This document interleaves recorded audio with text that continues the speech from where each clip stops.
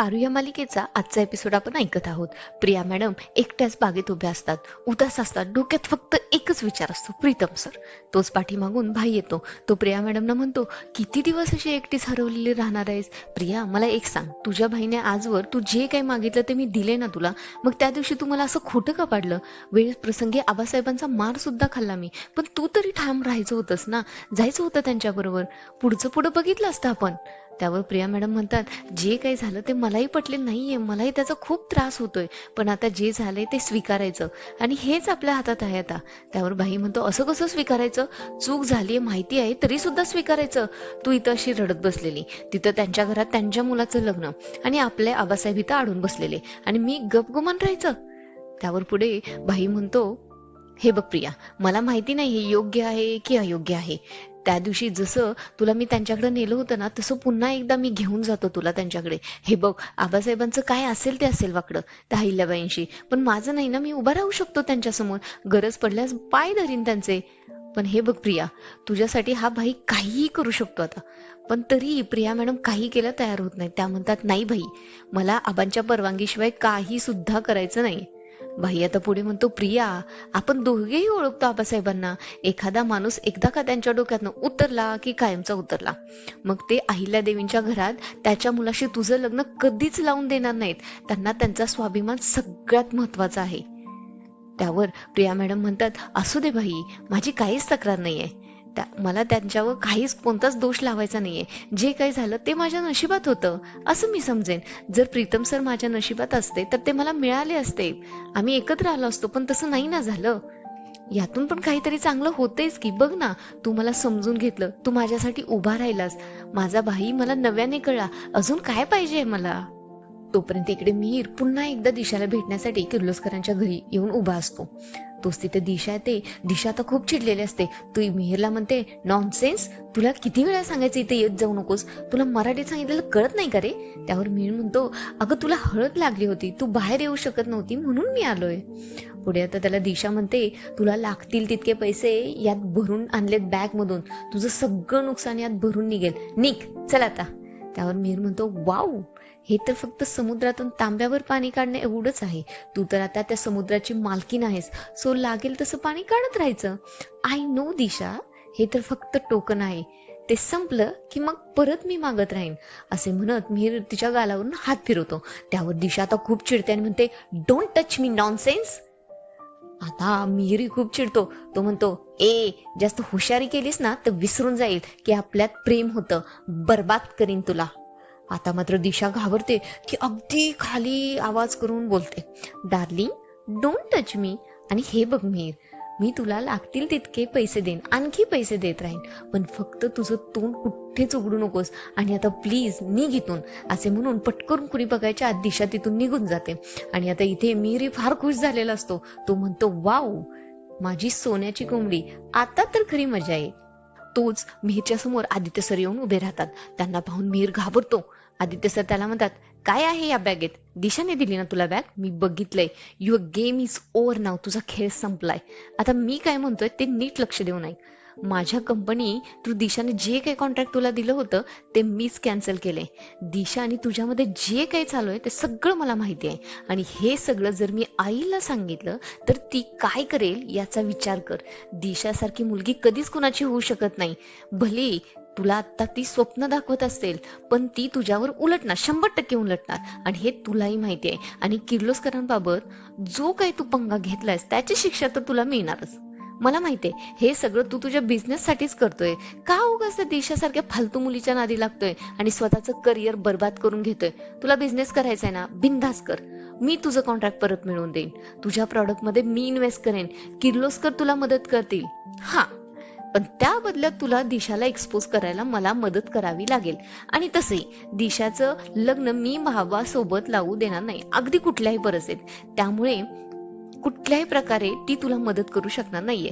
त्यावर मिहीर म्हणतो, आदित्य सर, ती जाम डेंजर मुलगी आहे. तिला जर कळलं ना मी पलटलोय तर ती माझा एक गेम करायला पुढे मागे बघणार नाही. पुढे लगेच आदित्य सर मिहीरला म्हणतात, आणि किर्लोस्कर तुला सोडतील असं वाटतं? सध्या तरी तू फक्त स्वतःचा विचार कर. हे बघ, दिशा एक्सपोज झाल्यानंतर ती तुझं काहीही वाकडू करू शकणार नाही, आणि त्यामुळे उद्याच्या उद्या ते सगळे डॉक्युमेंट्स, पुरावे सगळं घेऊन माझ्याकडे यायचं. येशील ना? यायचं नसेल तसंही तू सांग, तुझा निर्णय आहे. तशी मला तुझी गरज नाहीये. मी आत्ताच्या आत्ता जातून आईला सगळं सांगतो. असे म्हणून आदित्य सर तिथून निघून जायला लागतात.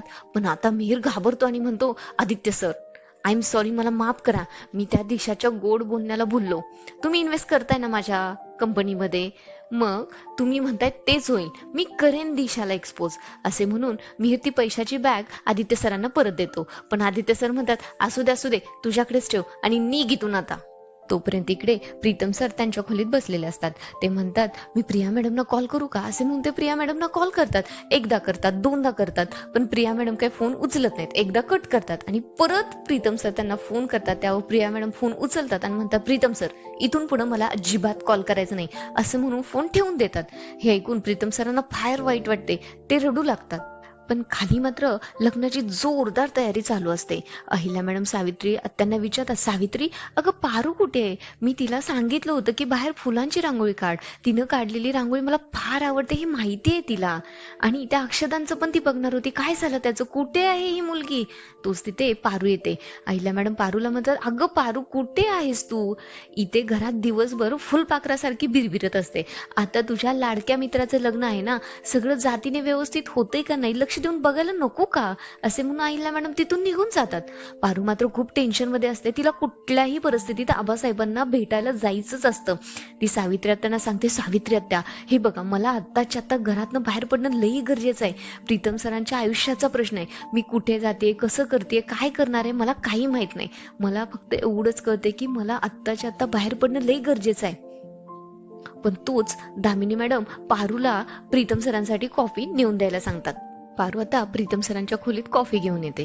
ती खूप छान तिच्या मित्राला समजावून सांगते. पारू म्हणते, प्रीतम सर, तुम्ही सावरा स्वतःला, तुम्ही नका काळजी करू. मी पुन्हा एकदा आबासाहेबांशी बोलायला चालले, पण या वेळेला त्यांना माझं ऐकावंच लागेल.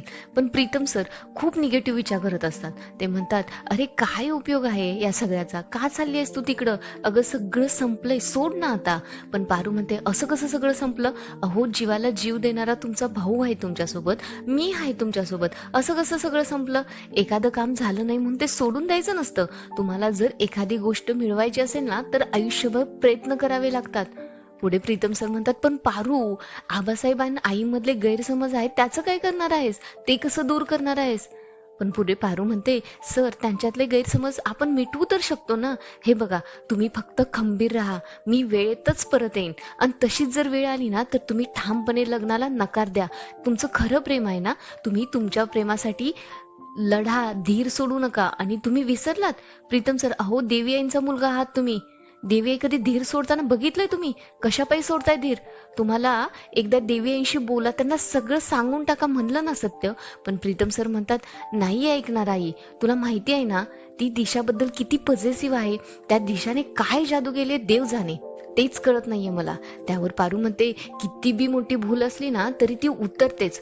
तुम्ही त्याचा विचार करू नका. आणि प्रत्येक आईला तिच्या मुलाच्या मनातलं कळतं सर. तिला तिच्या लेकराला सुखात बघायचं असतंय. सर, मला खात्री आहे देवी आई तुमचं नक्की ऐकतील आणि तुम्हाला समजून बी घेतील. मला माझ्या मित्राला असं हरताना नाही बघायचं. मी शेवटच्या क्षणापर्यंत प्रयत्न करत राहणार आहे. तुम्ही मला तुमची जादूगार म्हणता ना, मग विश्वास ठेवा माझ्यावर. येते मी. असे म्हणून पारू खोलीतून निघून जाते आणि बाहेर जाऊन बरोबर दिशाच्या तावडीत सापडते.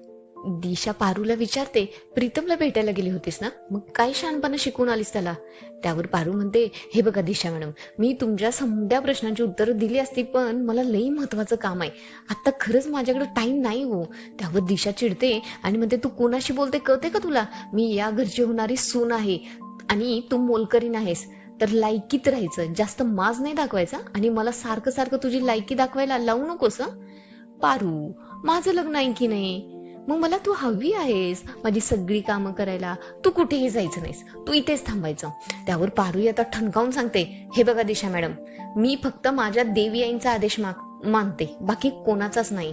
असे म्हटल्यानंतर दिशा पारूला अहिल्या मॅडमच्या रूम मध्ये घेऊन जाते आणि मस्त ड्रामा क्रिएट करते. ती सासू मॉमला म्हणते, सासू मॉम बघा ना, पारूला मी सांगते आता माझं लग्न आहे तर प्लीज मला हेल्प करायला इथे थांब ना, पण ती ऐकतच नाहीये माझं. तुम्ही सांगा ना, माझी बहीण नाहीये, मैत्रिणी नाहीये इथं कोणी, आणि पारू तर मला माझ्या बहिणीसारखीच आहे ना, म्हणून मग तिला प्लीज सांगा ना तुम्ही लग्नात माझी हेल्प करायला, माझ्यासोबत राहा म्हणून प्लीज सासू मॉम.